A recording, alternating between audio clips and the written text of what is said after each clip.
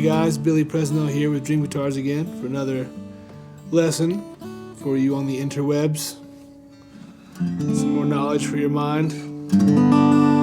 Today I want to focus on altered tunings. I'm in Dadgad right now, which if you watched any of my previous lessons, that's a tuning that I play in almost predominantly, that and standard tuning, but I also play in other alternate tunings. But I wanted to start with Dadgad because Dadgad was my first introduction into a non-standard tuning. And I guess, to get out of the way, familiarize yourself with Dadgad, or particularly drop D. Whenever you hear a standard tuning guitar open, it sounds like this. Right? Sounds kind of boring. But Dadgad,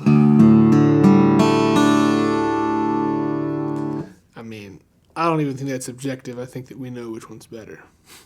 But I'm kidding. They're both great. But the reason I started with Dadgad, songs I listened to were played in Dadgad, and a lot of this is, utilizing the guitar as a musical tool and not letting it be a thing you're dependent upon. So Dadgad gives me a palette musically that I don't have with standard tuning, and so do other altered or alternate tunings do.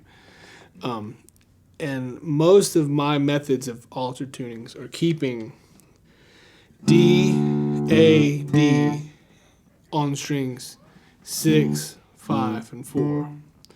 The reason I do that with most of my altered tunings is so that any progression that I write, any bass line that I write, or movement I write is standardized to some degree. Now, like any good rule, I break that rule frequently and have my guitar tuned to DAE, DAF, all kinds of weird things. But for the purposes of today, let's keep it with D, A, and D. And obviously the rest of Dadgad is G, A, D. And you can learn by playing other chords that you'd play in standard, like the D major shape, the open, the cowboy chord. You use those voicings to find different chords in Dadgad.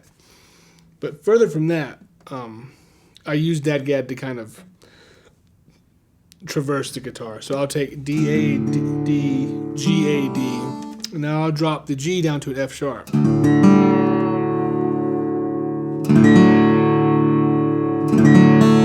So now it's an open D major. So it kind of colors your playing immediately. You're already kind of geared towards a particular vibe, a particular feeling. So it's a great tuning for slide. It's a great tuning for understanding things such as melodic minor, things that are maybe not Western types of playing, that kind of stuff. Things that take you out of that Western idiom. Also, it's pretty easy to play 1, 4, 5 bar chords. But we're not staying in this tuning very long. It's not weird enough for me, to be honest. So I'm going to drop the F sharp down. And this is literally how I come across tunings, is I will take a tuning I know and just alter it a little bit. Sometimes they happen by mistake. Sometimes they're intentional. So now I'm D, A, D, F, A, D. So you hear that's a really awesome chord right there. So now I have this chord voicing in these open strings.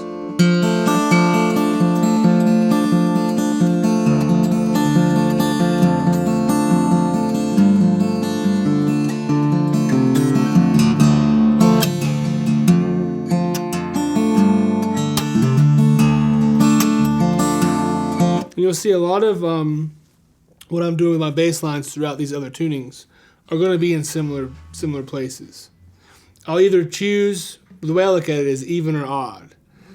Open almost always. And then 3, 5. And I'll follow that through all of my bass strings because they're either a fourth apart or they're the octave. That doesn't have any specificity to a chord, right? So if I'm playing,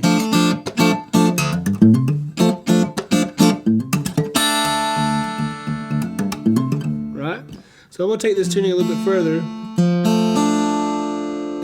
and tune the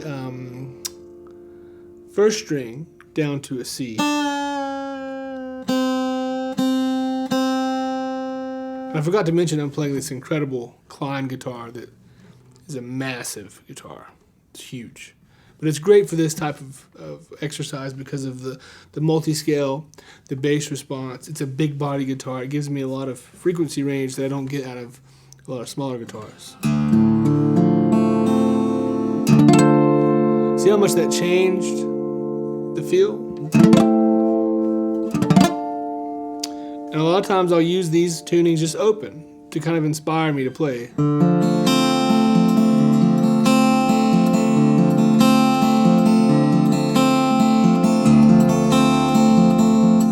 That's just all open strings. I'm playing an arpeggio.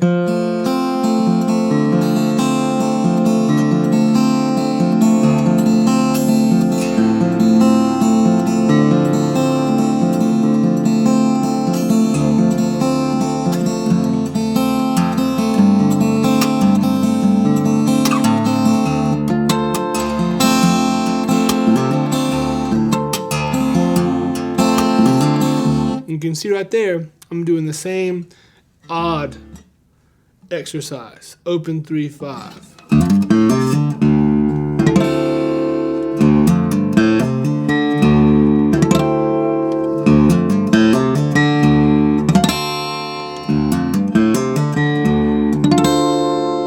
Right. So you can use that, and that can inspire you to write music with words, without words, finding chord progressions within it.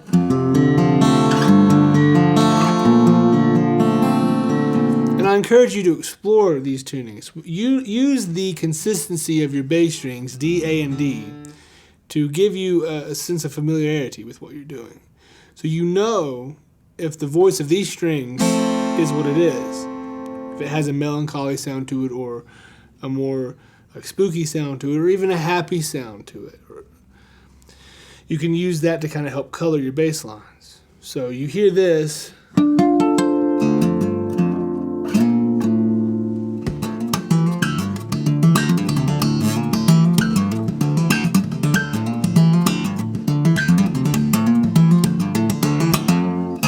Right? That's mostly the bass strings you're hearing. You're hearing that very little, but that's informing what I'm playing on the bass strings. So I'm looking at this much like how in previous lessons I talk about these strings being divided. So we have the 3 bass strings and the 3 treble strings. That's a really big generalization that I've just made, because what about the 3 middle strings? Right? It's kind of up to you how you see it.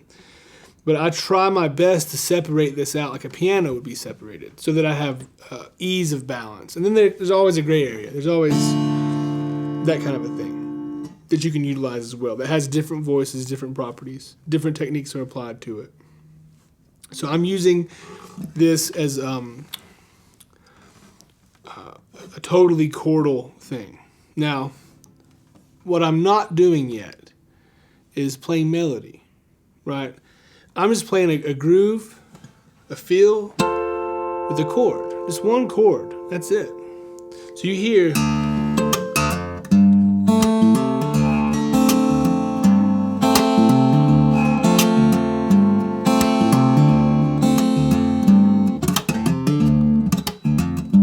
So now I need to find a melody, and it takes tinkering around, failing, playing the wrong thing. I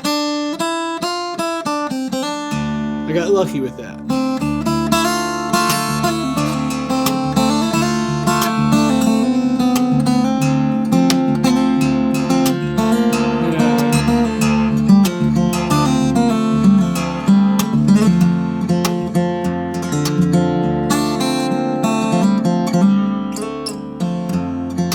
There's a melody that just came out of that. And you don't have to be that complicated. You can start it way more simplistically.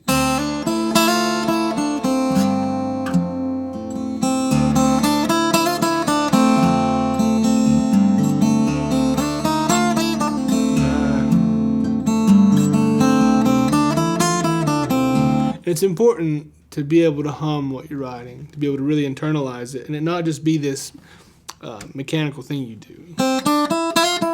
So I encourage you to take your time with these tunings, really delve into them, and make them a part of what you're playing and what you have to say with your music.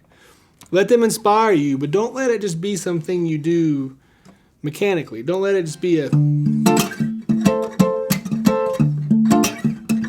That's really cool, and that can be definitely become a part of a song. But songs are about the melodies and the ideas that you're playing. So let these inspire you to make melodies and be really simple, and always be in the moment when you do it. Be thinking about it. Quick disclaimer, people of the interwebs, when you're changing the tuning of your guitar, be mindful of how high you're tuning it. Don't tighten the string too much, it may break. My rule is I stay give or take a step. I don't go any higher than a whole step. I can go lower than a whole step, but I don't go any higher than a whole step.